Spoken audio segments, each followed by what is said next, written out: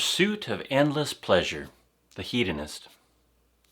This video is part of a series of videos on the pursuit of fulfillment in life. In particular, the series looks at the ancient book of Ecclesiastes for answers on how humans can truly live a fulfilled life here on earth. This book was written by a king named Solomon, who had the reputation of being wiser than any other man on earth due to special wisdom being given to him by God. In the book of Ecclesiastes, Solomon tries different means of obtaining fulfillment to try and determine which of the methods works. While the book of Ecclesiastes can be a difficult one to read because of the futile pursuit of fulfillment of those who seek it incorrectly, the lessons we learn from Solomon as he examines these meaningless paths that people are on are extremely valuable. For some, listening to Solomon's advice and warnings will save them from a lifetime of wasting their time chasing after things that will never satisfy. This video will focus on a life pursuing endless pleasure as a means to finding fulfillment in life. This is also known as hedonism. The dictionary definition of hedonism is the pursuit of pleasure and sensual self-indulgence. As a philosophy, it is the ethical theory that pleasure, the satisfaction of our desires, is the highest good and proper aim of human life. We are introduced to this topic in Ecclesiastes chapter 2, verses 1 to 3, where it says the following: I thought in my heart, come now, I will test you with pleasure to find out what is good, but that also proved to be meaningless. Laughter, I said, is foolish, and what does pleasure accomplish?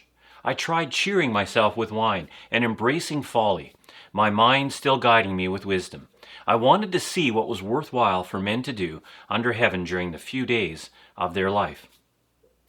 So what does Solomon say about trying out new things just to see if they will bring us pleasure, and just living to have pleasure, to indulge our senses? Ecclesiastes 2 verse 1 says, I thought in my heart, come now, I will test you with pleasure to find out what is good, but that also proved to be meaningless. Solomon calls it meaningless or vanity. This word means unsatisfactory, transitory, temporary, and empty. So basically he says that it is a waste of time, of effort, and will not help us to find true fulfillment in our life. It is meaningless. Solomon then goes on to explain why hedonism will never ever work. So we want to talk about this. Why doesn't hedonism work? Well, the first reason for this is that we will continue to search for fulfillment in every new thing that comes along, and will never be happy with what we already have. Because as Solomon said, it is transitory and meaningless. We have to keep looking to stay fulfilled and happy. Now, a second problem is that people become addicted to the seeking of pleasure. This is all that a drug addict or an alcoholic or a computer addict or adrenaline junkie or glutton or sex addict does. They have become addicted to the pleasure that they are seeking, and it becomes a pursuit of something that cannot fulfill them for very long. They lose control of their life to the thing that they are addicted to. And addictions are not good masters. Now, a third problem with hedonism is that people generally do not acquire that which is necessary to live a life that is useful to themselves or others while engaging in hedonism. Verse 2 says, what does pleasure accomplish? And this leads us to the fourth reason hedonism doesn't work. A hedonist cannot maintain a happy or fulfilled state for very long because nothing good is accomplished through hedonism. And the things that they do to obtain that state will tend to work against a happy, fulfilled life. Like the drunk who feels happy until he sobers up and realizes what he has done to his family and his own life in his drunken state. Or the person who runs out of money fulfilling his temporary desire for pleasure and now must pay off his debts and find a new place to live because he's lost his home. Now, chapter 7 of Ecclesiastes, verses 2 to 10, actually talks about the opposite of pleasure, which is sorrow. And we want to examine this area. In this passage it says, it is better to go to a house of mourning than to go to a house of feasting, for death is the destiny of every man. The living should take this to heart. Sorrow is better than laughter, because a sad face is good for the heart. The heart of the wise is in the house of mourning, but the heart of fools is in the house of pleasure. It is better to heed a wise man's rebuke than to listen to the song of fools. Like the crackling of thorns under the pot, so is the laughter of fools. This too is meaningless. Extortion turns a wise man into a fool, and a bribe corrupts the heart. The end of a matter is better than its beginning, and patience is better than pride. Do not be quickly provoked in your spirit, for anger resides in the lap of fools. And don't say, "Why were the old days better than these?" For it is not wise to ask such questions. So Solomon doesn't just say that the relentless pursuit of pleasure is bad. He also says that sorrow, which is kind of the opposite of pleasure, is good for us. Really? Why? Well, the first reason is that sorrow helps us to remember that there is so much more to our life than what we experience here. Ecclesiastes 7 verse 2 tells us that it is better to go to a house of mourning than a house of feasting. We need to remember that the larger portion of our real existence is not lived here on temporary earth, but in eternity with God.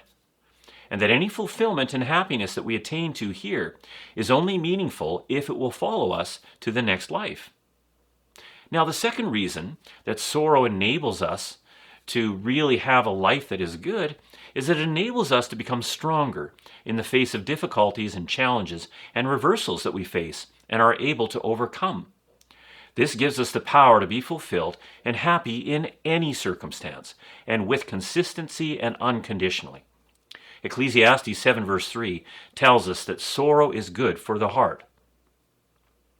Now, the third reason is that sorrow produces wisdom by enabling us to learn through the crucible of suffering what is good and bad for our life. We don't learn much if we never fall down and skin our knees or take a chance and lose when playing a game. The pleasure seeker doesn't like failure or suffering and will only pursue what they already know will give them what they desire with little or no cost to them. They want instant gratification for their life.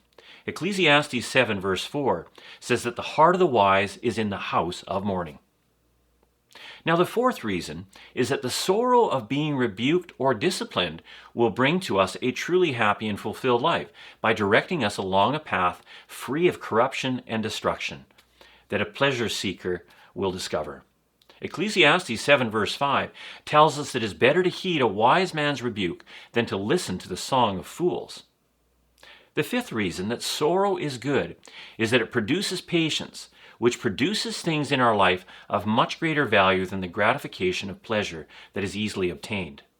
We are told in Ecclesiastes 7 verses 7 to 8 that receiving a bribe may seem so much quicker and easier than obtaining money honestly and with suffering and patiently. But what it does to our lives has a lasting effect on us.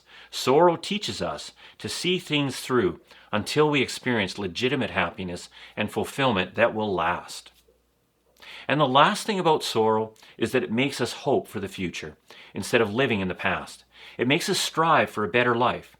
Or, as Ecclesiastes 7 verse 10 says, it is unwise for us to ask questions like, "Why were the old days better than these?"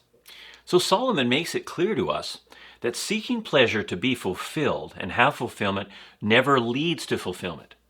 And Ecclesiastes 9 verses 3 to 6 explains why. This is the evil in everything that happens under the sun. The same destiny overtakes all. The hearts of men, moreover, are full of evil, and there is madness in their hearts while they live, and afterwards they join the dead. Anyone who is among the living has hope. Even a live dog is better than a dead lion. For the living know that they will die, but the dead know nothing. They have no further reward, and even the memory of them is forgotten. Their love, their hate, and their jealousy have long since vanished. Never again will they have a part in anything that happens under the sun. So first of all, death and dying were all pleasures and will overcome all of us. As we get older, our body's ability to seek pleasure and find it becomes more and more diminished. And if pleasure is all that we seek, we're going to have a very difficult latter part to our life without real happiness or fulfillment. Verse 3 of chapter 9 speaks to this. Secondly, when our ability to experience pleasure in an area dies, we will lose our fulfillment and joy in living this life. We will lose our hope that life can be good because the pleasure that we have lived for can no longer be experienced in the way that we desire. We become the dead lion. If we don't live just for pleasure, it is possible to adapt our life and make it serve us in obtaining fulfillment and happiness in other ways, in consistent ways. So, does this mean that all pleasure is bad? Not at all. Solomon goes on to explain what manner of pleasure seeking will actually bring fulfillment to my life. We find this in Ecclesiastes chapter 9, verses 7 to 10, where it says, "Go eat your food with gladness, and drink your wine with a joyful heart, for it is now that God favors what you do. Always be clothed in white, and always anoint your head with oil. Enjoy life with your wife, whom you love, all the days of this meaningless life that God has given you under the sun, all your meaningless days. For this is your lot in life, and in your toilsome labor under the sun. Whatever your hand finds to do, do it with all your might. For in the grave where you are going, there is neither working, nor planning, nor knowledge, nor wisdom." Now, first of all, it should be understood that when Solomon refers to our life as meaningless in these verses, he's referring to the insignificance of it compared to eternity that awaits those who live according to God's desire for their life. And Solomon here is saying that we should take pleasure in our life. First of all, we are told that we should pursue an enjoyable life of eating and drinking and satisfying the physical needs of our physical bodies. Chapter 9, verse 7 says we don't need to think that God favors people who are in a constant state of denial or self-sacrifice. We should enjoy good food and drink as long as they are enjoyed in moderation. God's desire is for us to enjoy the things around us that He has given to us to eat and to drink. Our ability to enjoy these things, in fact, is the result of His favor on our lives according to verse 7.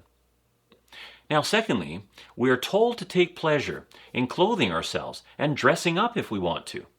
This is found in verse 8 of chapter 9. Thirdly, we should take pride in our physical appearance and not be dirty or stinky or ungroomed or in poor physical health. Verse 8 speaks to this. Fourthly, verse 9 tells us to seek to experience pleasure in a loving marital relationships. Relationships are very important to God. Fifthly, we're told to seek to have a job that gives us enjoyment and pleasure. This is found in Ecclesiastes 9, verse 10. In chapter 11 of Ecclesiastes, Solomon sums things up. In verses 8 to 10, he says, "However many years a man may live, let him enjoy them all, but let him remember the days of darkness, for they will be many. Everything to come is meaningless. Be happy, young man, while you are young, and let your heart give you joy in the days of your youth. Follow the ways of your heart, and whatever your eyes see, but know that for all these things God will bring you to judgment. So then, banish anxiety from your heart and cast off the troubles of your body, for youth and vigor are meaningless." Now, what this all means is very simple. We are told to seek pleasure for our lives all the days of our life with the knowledge that we must all appear before the judgment seat of Christ. Seek the pleasures of this life that God wants you to have and to pursue.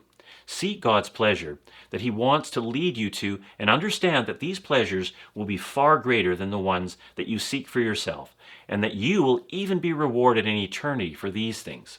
This is the real key of pleasure seeking for lasting fulfillment and happiness. This is pleasure seeking without regret, trouble, or anxiety. Chapter 11, verses 9 to 10. Now, after all of Solomon's investigation of pleasure and hedonism, it is clear that seeking pleasure to have a fulfilled life does not work. But seeking God's pleasure and enjoyment of life does bring us fulfillment. I hope that you enjoyed this video. If this is the first video of the series on fulfillment you've watched, you may find it useful to view the first of the series, where we summarize the book of Ecclesiastes. Thank you very much for watching this video.